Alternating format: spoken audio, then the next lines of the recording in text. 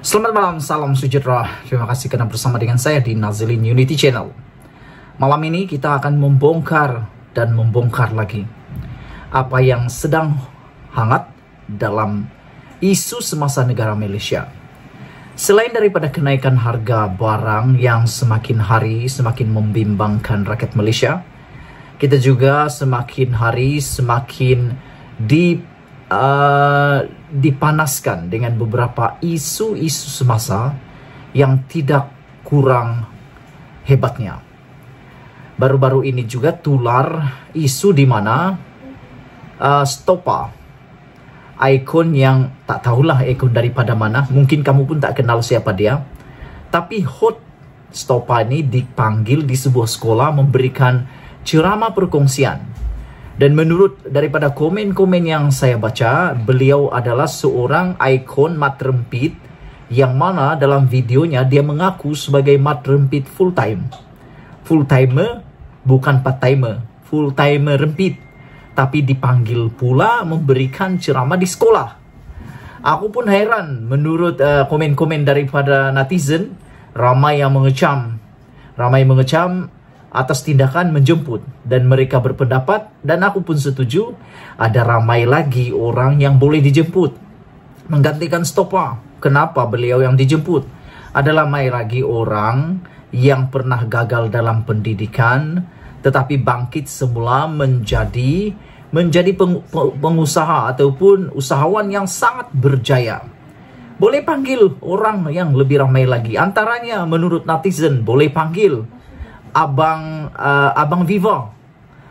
Mungkin ramai Malaysia yang kenal Abang Viva. Abang Viva ni adalah pemuda yang telah menggunakan uang ringgitnya sendiri dan bermodalkan 20 ringgit telah membantu mangsa banjir pada kejadian banjir terbesar yang pernah melanda Kuala Lumpur dan Malaysia. Hari ini Stopa dikecam habis, dan aku pun setuju dengan pendapat netizen mengatakan ramai lagi yang boleh dijemput, boleh memberikan ceramah motivasi dan memberikan ceramah-ceramah yang berkaitan. Karena bukan Stopa tidak baik, tapi lebih baik mengambil ikon yang lebih bagus daripada itu. Walau bagaimanapun, isu yang paling hot dalam isu politik seputar politik di Malaysia adalah pendedahan tentang rakaman audio yang melibatkan Tokmat. Rakaman audio yang melibatkan Tokmat dan juga Najib Tun Razak. Dalam rakaman tersebut, Tokmat ada bercakap Najib perlu masuk penjara terlebih dahulu. Dan menurut penyokong kuat Najib Tun Razak, siapa lagi kalau bukan Puad Zarkasi, beliau mengatakan bahawa pendedahan itu adalah cerita panas bodoh Asia Times, kata Puad. Ini amat panas, amat mengejutkan. Kerana seperti yang Anda tahu, Tokmat adalah ikon yang banyak menyokong Najib dan Zahid Hamidi. Beliau adalah orang kanan Zahid Hamidi dan juga Najib.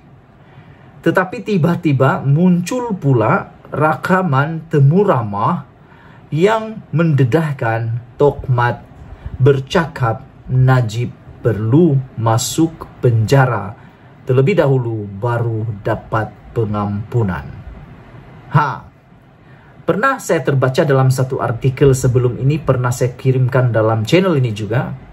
Dalam pendedahan seorang penulis di Malaysia kini, beliau mengatakan Najib boleh mendapat pengampunan diraja, tetapi perlu menjalani terlebih dahulu hukuman penjara sekiranya Najib didapati bersalah dan gagal di dalam rayuannya di Mahkamah Persekutuan berkaitan kes SRC Internasional yang telah menjatuhkan hukuman penjara 12 tahun dan denda 210 juta. Jadi, betullah apa yang Tokmat katakan dalam temu ramah itu. Seperti yang dikatakan oleh Rafizi Ramli juga. Apa yang nak dinafikan sangat. Tiada salah, tidak ada satu pun yang salah yang dikatakan oleh Tokmat di dalam temu ramah itu. Semuanya betul, kata Rafizi Ramli. Tidak ada yang perlu dipersalahkan, tidak ada yang perlu diakui salah, tidak ada perlu dinafikan.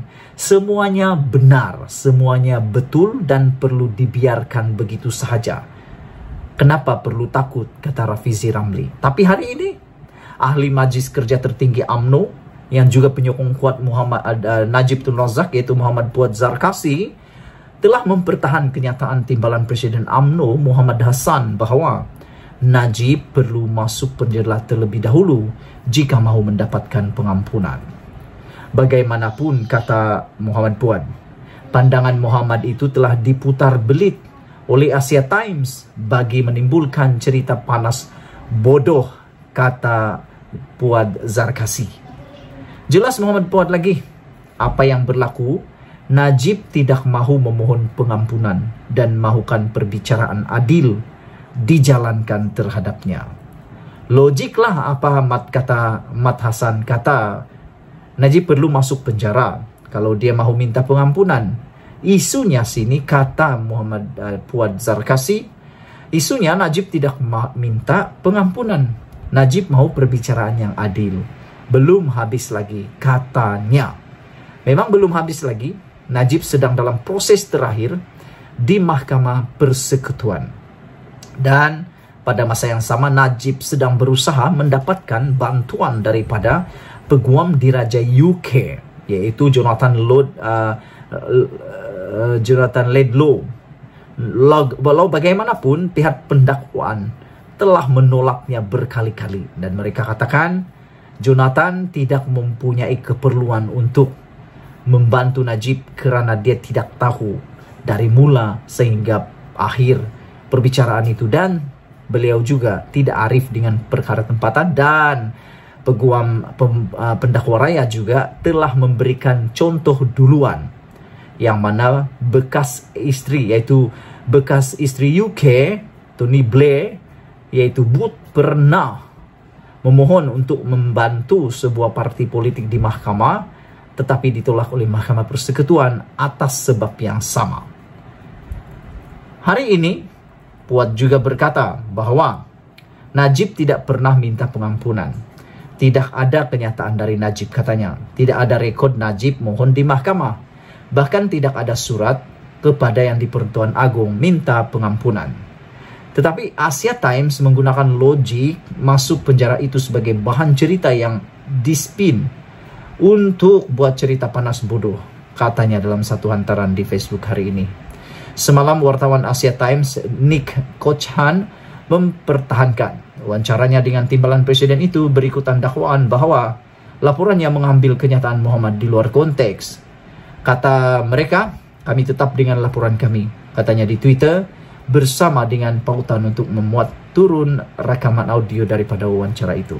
Sekian dulu pendedahan untuk malam ini. Jangan lupa tinggalkan komen Anda, tekan butang subscribe, dan kita jumpa lagi. Malaysia kita punya, kita juga sama-sama cintai Malaysiaku. Bye-bye.